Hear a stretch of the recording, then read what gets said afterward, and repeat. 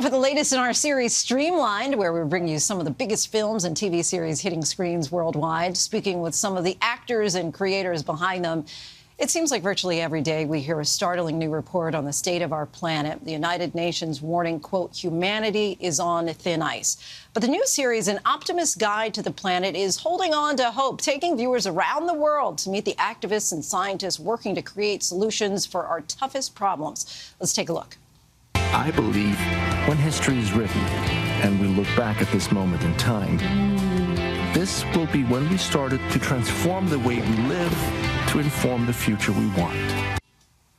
And joining us now is the show's host, Nikolaj Coster-Waldau. Thank you so much for coming on. Appreciate it. Thank you. So one thing that immediately got my attention was watching the show over the weekend was you said you were thinking between being a journalist or an actor. So did this check the box a little bit of being a journalist? It did. It did. And yeah, that was my dream. And I think it's also connected in a way because there's an interest. I like human beings. I find us fascinating and trying to understand why we act the way we do and the contradictions we all carry within. But also because I do believe that there's reason to be optimistic. Listen, the challenges we face are insane, but we have one resource that is more valuable than anything else, and that's us. We have to course correct. And I'm not trying to, and I'm being an optimist, not because I just like to be an optimist, but I do think traveling the world with this show and meeting these people all over the world doing incredible work and just, you watch every episode, there'll be moments where it just blows your mind. Mm-hmm. And it does give you hope because we have the solutions. We just have to implement them.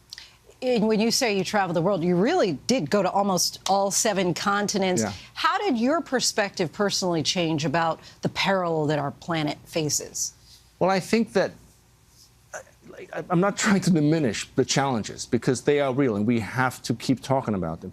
But what I also want to address is the way we talk about them, like the fear, always using fear as a motivator. I don't think that's good. I don't think it's good that 50% of 18 to 25-year-olds in our part of the world don't believe in the future, don't have hope for the future. Because if you don't believe in it, why then act? Right. And I think that it's complex. There's not going to be one magic pill that solves it. It's going to be so many things.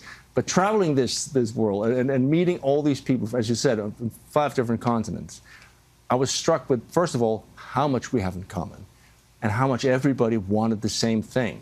I didn't meet anyone who was like, no, you know what? We'd like to destroy our planet. We're not that. I mean, everybody wants the same thing. It's how do we get there? Let's talk about the human minds that have really risen to the occasion. I mean, some of this innovation was mind-blowing. Yeah. For example, one that I really was just in awe by was the man-made clouds. I know. And I'm wondering if there was one in particular that struck you in a similar way. Oh, there was many. One was went to Madrid and met a lady called Federica, biochemist. In her spare time, she was a beekeeper. One day, she had to clean her beehive, and there was these worms. She put them in a plastic bag, put it aside.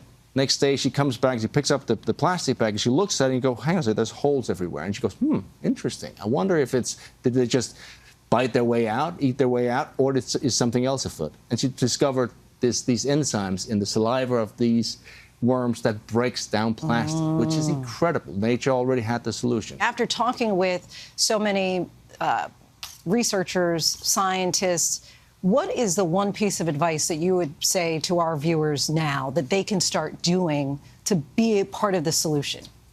Well, I think, like my mom always used to say to me, just use your common sense. And I do think that so many of these things we already know.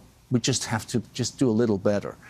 And then I also think it's important that we stop pointing fingers at each other. Nikolaj, such a pleasure to talk with you. you. So the much. Show is really good, and want our viewers to know that you can catch An Optimist Guide to the Planet February 8th on the Bloomberg app, Bloomberg.com, and airing on Bloomberg TV. Hi, everyone. George Stephanopoulos here. Thanks for checking out the ABC News YouTube channel. If you'd like to get more videos, show highlights, and watch live event coverage, click on the right over here to subscribe to our channel. And don't forget to download the ABC News app for breaking news alerts. Thanks for watching.